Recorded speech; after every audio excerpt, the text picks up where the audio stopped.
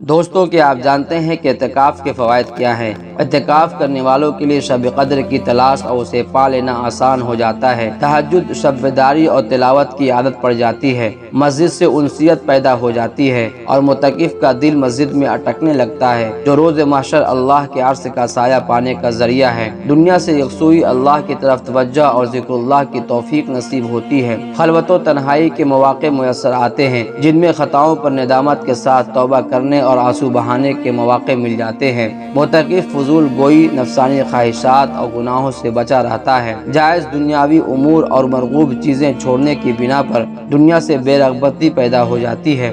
मुतकिफ़ के दिल की इस्लाह और दिल में फ़िक्र आखिरत पैदा होती है। सुन्नत समझकर एतिकाफ़ में बैठने वालों के लिए दिल में सुन्नतों से मोहब्बत और इश्क़ रसूल सल्लल्लाहु अलैहि वसल्लम के जज्बात पैदा होते हैं। ज़िंदगी तब्दील करने और उसे शरीयत के साँचे में ढालने का वलवला परवान चढ़ता है।